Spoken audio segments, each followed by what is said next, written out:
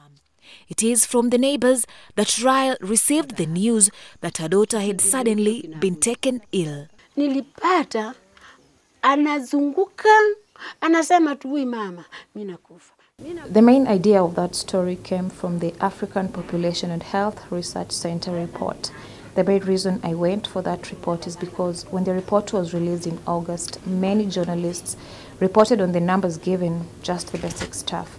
I wanted to find out the relationship between unsafe abortions and unwanted pregnancies.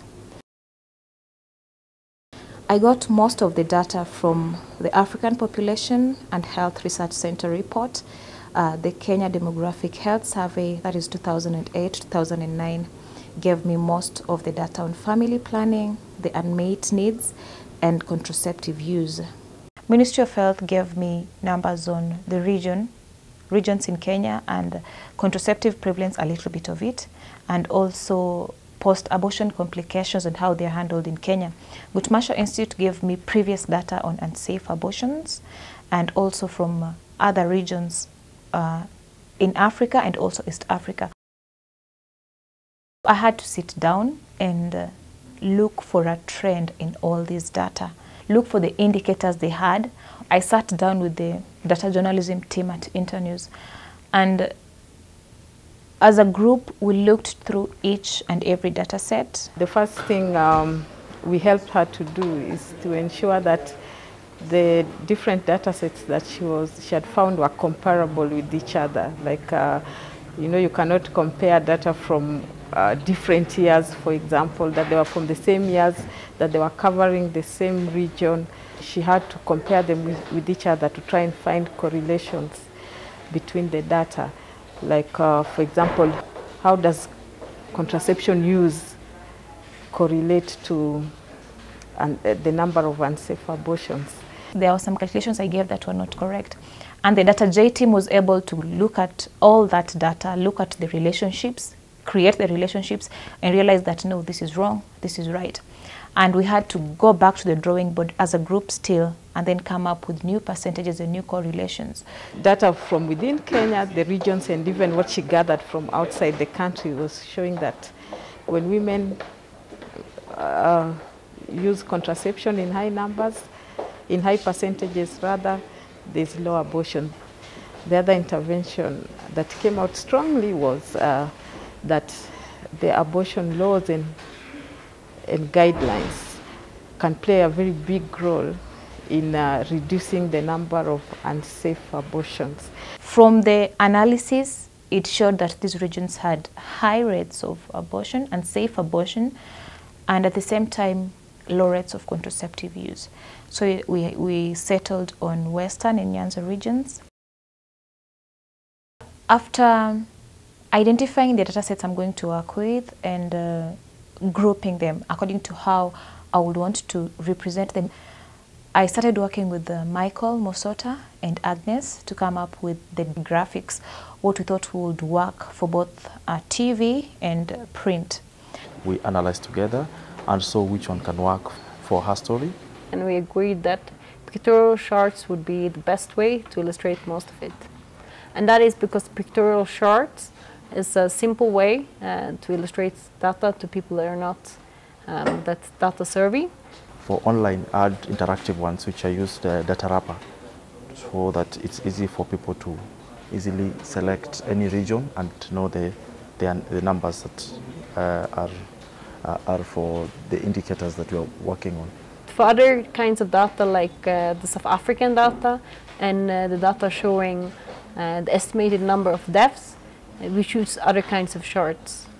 For the death was because the ratio would have been so small.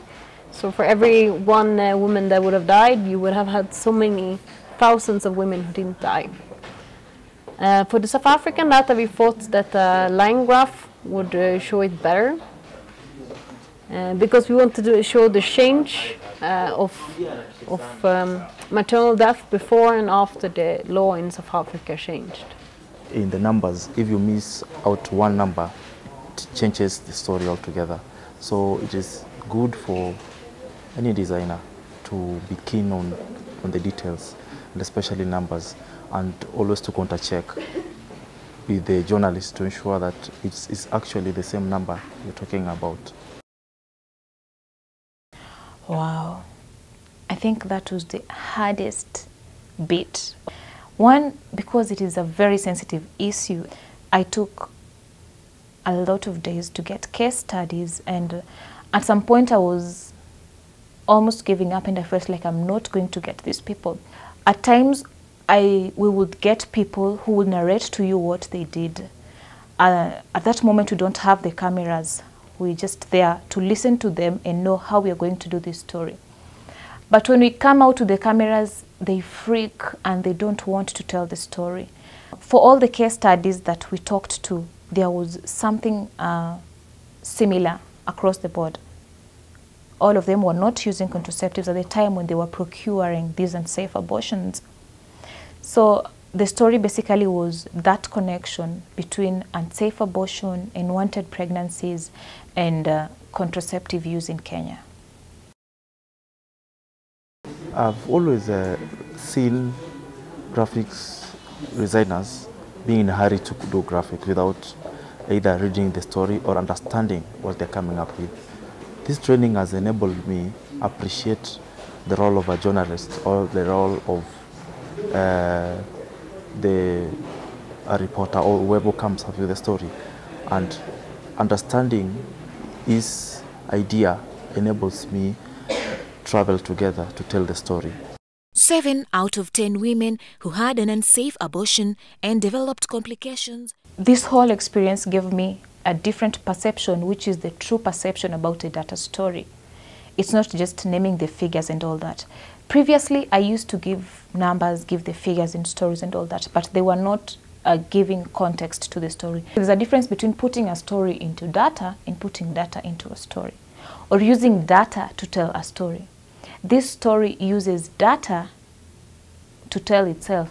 I'm going into data journalism full time. I'm going to tell data stories because I know the impact. After doing the first story and the response was massive and all that, and I knew, yeah, this is the new journalism. This is what we have to do. Development goal number 5 that seeks to lower maternal deaths in 2015. Juma, NTV.